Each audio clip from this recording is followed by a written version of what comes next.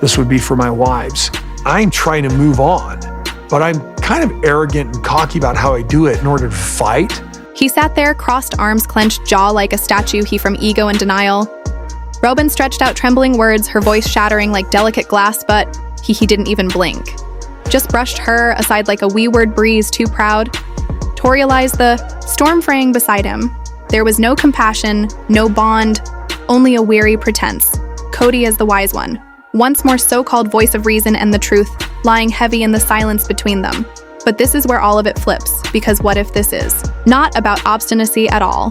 What if this is Kody and he's undercover again? Hi friends.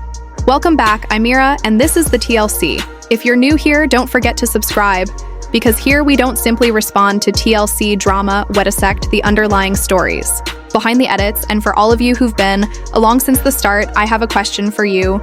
At what point did you see that Kody Brown was not the family leader he professed to be? Leave it in the comments, because what we're seeing now, it's not leadership. It's image management and the cracks are appearing. We were sold that story for years, Kody, as the glue, the guardian, the fearless leader of this vast, complicated family season upon season. That fantasy was buffed and sold to us like scripture, but today, the sheen is off, the tension no longer resides solely in the family. It's etched on Kody's face, shown in each haughty remark, each over-the-top eye roll, each time he sidesteps actual responsibility. Let's be real, this is not a family that is coming apart. This is a family imploding from the burden of its own fantasy. They lied and said everything was fine. They lied and said love could conquer. They lied and said one man could handle 4 wives and 18 children. On charm and swagger alone, but now the fade is disintegrating quickly. The show, it's becoming sloppier. The emotions, they're raw and unfiltered, and the truth, it's becoming increasingly difficult to cut around. So let's look beyond the edited sound bites and scripted monologues. Let's discuss what's really on screen, because the difference between control and connection, it's more apparent than ever. And Kody, he's running out of script and out of places to hide. And here's the bit, most are finally waking up to Kody isn't leading this family. He's describing a fantasy of it, a version that only makes sense to him. He's one moment the sacrificial martyr who gave everything the next. He's bulldozing over emotional conversations like a herd alpha, expecting respect rather than earning it. It's not leadership. It's a performance, and it's breaking down right before our eyes. Not still convinced, let's roll the tape back. Kody said out loud on camera that he never loved his first 3 wives. Let it sink in. Never. And yet for years we've seen him toast anniversaries, go on family vacations, and give warm speeches about commitment and togetherness to those same women. So what do we do with that? What do we do when what we're seeing on the screen doesn't match what he's telling us the solution? We cease to accept the sound bites at face value and begin to notice what's actually happening on the back end. Bear with me, because this tale, it's only just begun. So which one is true? Were those sweet moments we've been watching all these years part of a script? Was the love ever genuine, or is Kody now reauthorizing the past to save face? Because the more that comes out of his mouth, the more it appears he's just spouting whatever suits the situation, whatever excuses. Everything fell apart. And then there's that moment he looks Meri directly in the eyes and tells her, I could have faked it if you wanted me to. Let that resonate. Faked it. That's not merely cold, it's calculated, cruel. A full emotional detachment from the same woman he called his soulmate, the one who stood by his side when this whole family started that kind of rewrite. It's not merely tiring, it's perilous. So ask yourself, who is the true Kody Brown? The affectionate husband, the victim who's trapped, or the one who changes his story based on who's asking when everything is going well? Kody portrays himself as this committed man trying his best to love his wives and keep it all together. But when their relationships fall apart, now he's the martyr, the misunderstood man who was never loved in the first place.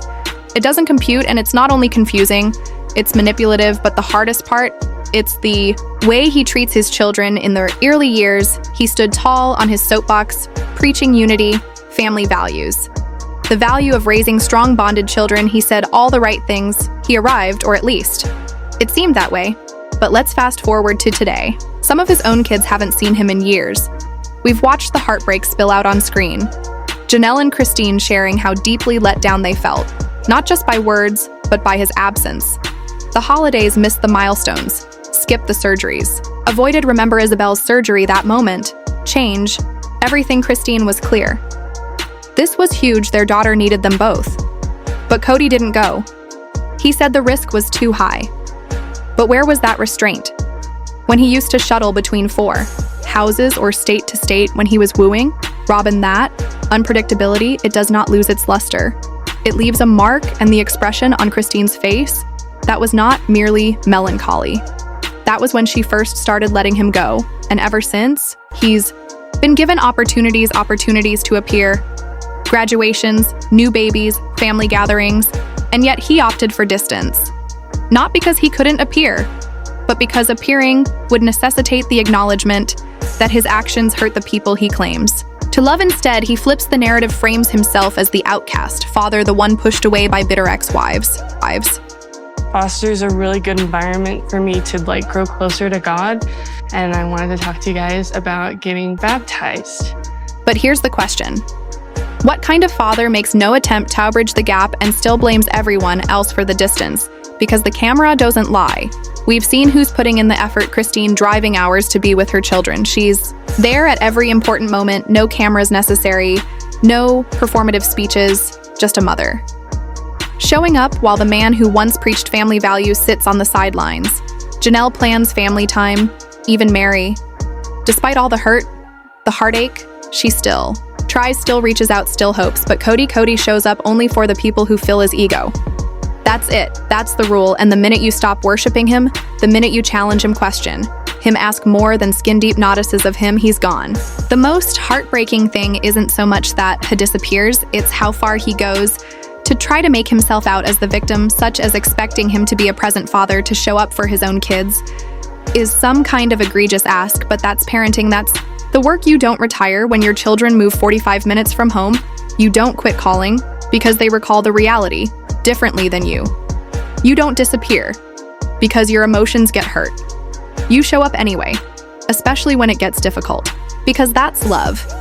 What we're witnessing is not a man losing command of his family, but a man who never really headed it. He was juggling an image. And now that image is imploding, and perhaps the most difficult truth of Sister Wives, the one the show has made excruciatingly obvious over the years, is this: not all the children are treated equally, and the ones who feel it, they know they bear it. You can see it in their faces, in their silences, in their words, in who appears and who doesn't. Let's discuss Isabel again, because it does matter. This wasn't just a routine checkup. It was serious surgery, spinal surgery. She was frightened, in agony. And Christine, she did what any good mom would. She packed the bags, booked the flights, reorganized her whole life to ensure her daughter had what she needed. And Kody, he didn't go. He said it was too risky to fly because of but don't pretend the timeline doesn't reveal a different tale. This was the same time he was still hanging around Robin and her children, still choosing and deciding which houses he deemed safe to go to. So let's be real. It wasn't about health, it was about preference, about comfort. A daughter in need of her father didn't pass the test. And when you see Isabel in that hospital bed by herself, and understand her dad decided not to show up, you're not seeing a conflict of schedules, you're seeing emotional abandonment. And Christine, she didn't yell, she didn't rage, she just stated it. Matter-of-factly, she needed her dad, and he wasn't there. That's not about vacation plans, that's about priorities. And it wasn't just Isabel. Kody's absence has become a routine, particularly with the older children who don't live in Robin's house. Birthdays, skipped holidays, missed grandbabies born, and not one visit. But when Kody is interviewed on camera, everyone else is at fault. The kids are disrespectful, or the mothers have poisoned them against him. That is the reason. But here's the question. Where's the effort? Where's the phone call, the plane ride, the drive? Because Janelle and Christine, they don't sit around for a red carpet, they get in the car and drive. That's the difference. One of the greatest contrasts on Sister Wives is this: regardless of how broken up the family is, Janelle and Christine arrive. Christine relocated states, began an entirely new life, and still she's flying in for birthdays, organizing celebrations, being there. Janelle's at the graduations, at the milestones, still carrying the emotional load for a family Kody has effectively abandoned. And then there's Robin. Her children have grown up with a dad who's present, really present. And that's a good thing. Every child should have that. But when only some children receive that version of him, that's not parenting, that's favoritism. The older children. Notice they've even said it aloud? They know where Kodys put his money and where he hasn't. Favoritism isn't merely who receives what it's receives your time, your attention, your energy. It's who you call first, who you call at all, and again. Kody appears. When it's convenient for him, when it makes him feel admired, when he's with Robin, the rest he dismisses with excuses, and the emotional toll of that, it's enormous. These children didn't sign up for this life. They didn't sign up for polygamy. They didn't sign up for cameras or power struggles or being treated like a second-as child. All they wanted, all they were promised was a dad who would be present. Instead, they got a man more concerned with obedience than with connection, more concerned with control than with being present. And now you can see it in Gabriel's eyes when he speaks of being forgotten in Garrison's voice. When he can't understand why his dad makes them out to be such a burden. They're not acting out, they're wounded and wounded. That deep does not heal because some person finally appears on set when the cameras start rolling. This is no longer merely a failing marriage. It's a failing bond between father and children, and the most heartbreaking thing, it didn't have to end up like this. There is something nearly transparent, but utterly powerful that occurs. When Robin enters a room, the room temperature changes. She doesn't scream. She doesn't have to, because her power doesn't lie in volume. It lies in something else, her discomfort. And Kody picks up on it right away. Observe him. When she's angry, his body tenses, his voice deepens. Suddenly, he's there attentive. Engaged, it's reflexive. But where is that same reaction when his other children are hurting? When Christine's daughter is sobbing, in a hospital bed, when Gabriel just wants to be called on his birthday? It's not there. And that's not a plural family, that's a hierarchy, and the ones at the bottom, they know it. The man who yells at his other wives for loyalty and respect suddenly becomes a different personal, together tender, cautious, attentive. There's no longer any doubt about who comes first to him, and it's not just use observing who see it the other wives. We sell every piece that we have, because if we don't, I don't know, we may not make our numbers, and we can't afford another loss. They've observed it for years in Thelidist episodes. Kody praises Robin with a devotion he's never shown to Christine, Janelle, or even Meri. He declares she's the only one who's been faithful, the only one who gets him, as if the rest of us didn't dedicate decades of our lives attempting to do just that. That word loyalty, he grasps it as if it is a virtue. But when you strip it bare, what exactly does he intend? Silence, obedience, submission. Loyalty in Kody's definition usually takes the form of speaking. Yes, when what you want to shout is, no, it takes the form of never asserting yourself in public, never questioning his authority, and that is not partnership, that's control masquerading as piety. Robin hardly ever speaks out against anyone. She doesn't. Need to her presence silent. Weeping hurt alters the whole landscape. Every time when Christine departed, Robin didn't struggle against it. She didn't confront.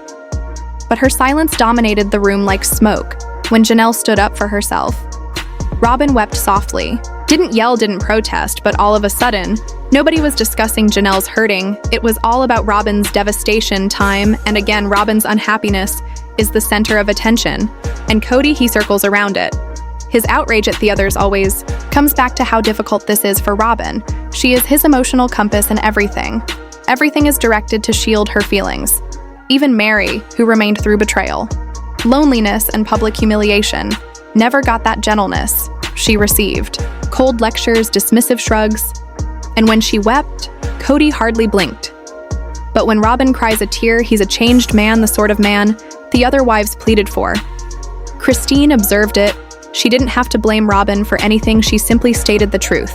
Something was altered when Robin became part of the family. And once that was in motion, the whole house of cards began to break apart. And then perhaps most revealing of all, Kody proposes McKeely and Tony come stay with Robin's family, one large mixed house, a plural family, just the way in the dream. But Robin's face, sheer discomfort, panic. And with that, the whole thing was gone. Not because it won't work, but because Robin won't. That's not an equal partner. That's a veto power. Kody has given one wife, and one wife only. And here's what it all boils down to. This show began as a portrait of plural marriage, shared responsibility, shared love, shared lives. But what it's become is the disintegration of a family that was never really equal. A father who gave up showing up, a husband who insisted on loyalty, but couldn't provide fairness. and a favorite wife whose silence had more influence than the voices of 3 others put together. This isn't just a family breaking apart. This is what occurs when someone's convenience outweighs everybody else's reality. That's one navigating the boat from the deck. This wasn't about Robyn being some puppet master, all calculated and premeditated. It's about Kodys' response to her, how her sad silence has become the strongest influence in their world. In a family based on the notion of equilibrium, only one woman's feelings consistently determine the course. So what's this plural marriage of hers? Exactly, Robyn doesn't have to yell her silence is loud. She doesn't have to plot, because she already occupies the space. Every other wife incrementally got edged out of, not forcibly, but by gravity, by the way. Kody circles around her even when she's not talking, and then there's Meri, whose silence isn't about control, but presents something much more disturbing truth. Without drama, Meri was the pillar for years, sustaining a system that didn't even realize when her hands began to tremble. She suffered heartbreak, loneliness, betrayal quietly, loyalty, to the point of invisibility. So much so that when she did take a step back, not with flames, but with serenity, Kody didn't know what to do. He himself said, she intimidates him. Not because she screams, not because she's a fighter, but because she doesn't need to be, because he knows, somewhere in his depths, that Meri has the receipts, the starting point, the template, the pieces of the narrative that have never been spoken aloud. And now with that silence, she can't have to out him. He outs himself each time he confesses that. Fear Kody created a life that was all about loyalty and control on his terms, but the longest-staying women who contributed the most, sooner or later, discovered the most difficult truth of, while sometimes silence is the loudest form of power, and now he's not losing them. In battles, he's losing them. In quiet departures, one by one, they're walking away, not with shouting, but with knowing, and nothing scares a man. Like Kody, more than a woman who knows too much and says nothing whatsoever. Her choice wasn't rage. It was hearing. Thessalance within herself, at last the voice that had been softly saying, "You are worthy of more." These women did not go out in a storm. They went out in a calm, and that is what makes their departure so powerful. Christine reclaimed her happiness, Janelle reclaimed her autonomy, and Meri reclaimed her voice by noticing it much at all in a family once built on togetherness. It's the breakdown that's exposed the reality. This was never really. Even it only seemed that way until the lens focused what we saw. What we sensed was the gradual disintegration of a vision marketed as fate. But even the most profound faith can't construct a marriage, and love, when stretched too thin, dissolves into plain sight. And now the family that once Satan, the same couch sharing smiles and stories, sits in pieces. Each woman a chapter Kody never quite read, each leaving a line he never imagined they'd write. But they wrote them anyway, not with bitterness, not with revenge, with truth. And Kody, he's left turning pages in a story he no longer owns, where the strongest characters walked away quietly and somehow still said the most. It was about survival, about finally realizing that the sacred family structure was only working for one person. This moment's captured right on camera. Change. Everything, the illusion of unity, couldn't survive their honesty, and once those truths started spilling out, even longtime viewers who once believed in the dream started to see the pattern. Kody's defensiveness, his blame, his refusal to meet his wife's halfway, and all along Robyn remained in the middle, quietly maintained as the sole true partner. The show we were sold was a working plural family. What we actually watched was one man attempting to maintain control, while the women in his life awakened season by season. The dynamic changed, first covert, then agonizing, until finally it couldn't be avoided. These wives weren't just departing Kody, they were taking back their voices. Christine discovered her worth, Janelle discovered her strength, Meri discovered her boundaries, and the audience, we discovered the truth. We saw the whole premise of this family fall apart, not because of the wives, but because the foundation they were made to live under never existed in the first place: equal love. So now here we are. The public mask is removed. All that remains is the truth, messy, emotional, complicated, but real. And for real, that's what makes it more impactful than any scripted family special ever could be. Leave a comment below. When did you first sense the change? What moment made you utter, "Wait, this isn't what they told us it was"? Hit that subscribe button and hang in there. We're not finished stripping away the layers. there's still so much more to be seen, because what's transpired on Sister Wives isn't simply about polygamy or religion or even reality television. It's about what occurs when love becomes control. When loyalty is assumed, when the individuals keeping everything together finally get tired of acting like they're fine. It's about women who gave every shred of themselves and a man who couldn't look beyond himself long enough to appreciate it. There's a particular kind of heartache that's caused by family disappointment when the one who's meant to defend you is the one who wounds you the worst. That's what we've witnessed over the years: children drawn away, mothers leaving with tears in their eyes, and a husband still telling tales rather than owning up. The betrayal isn't only emotional, it's spiritual, it's intergenerational. But perhaps that's precisely why so many of us continue to watch, because even in the heartache, there is something strong about seeing people discover their voices, break free, and rebuild. So ask me what struck you. Hardest, was it Christine filling the garage, Janelle uttering, "I'm done," at last? Or Kody simply refusing again and again to show up? Leave your thoughts in the comments, let's discuss it together. And if you haven't already, please subscribe to StarSpill USA. I'm Meri. We're just beginning, new chapters are on the way, and I promise you won't want to miss what's coming next. Thanks for watching, and as always, stay curious, stay compassionate, and stay with.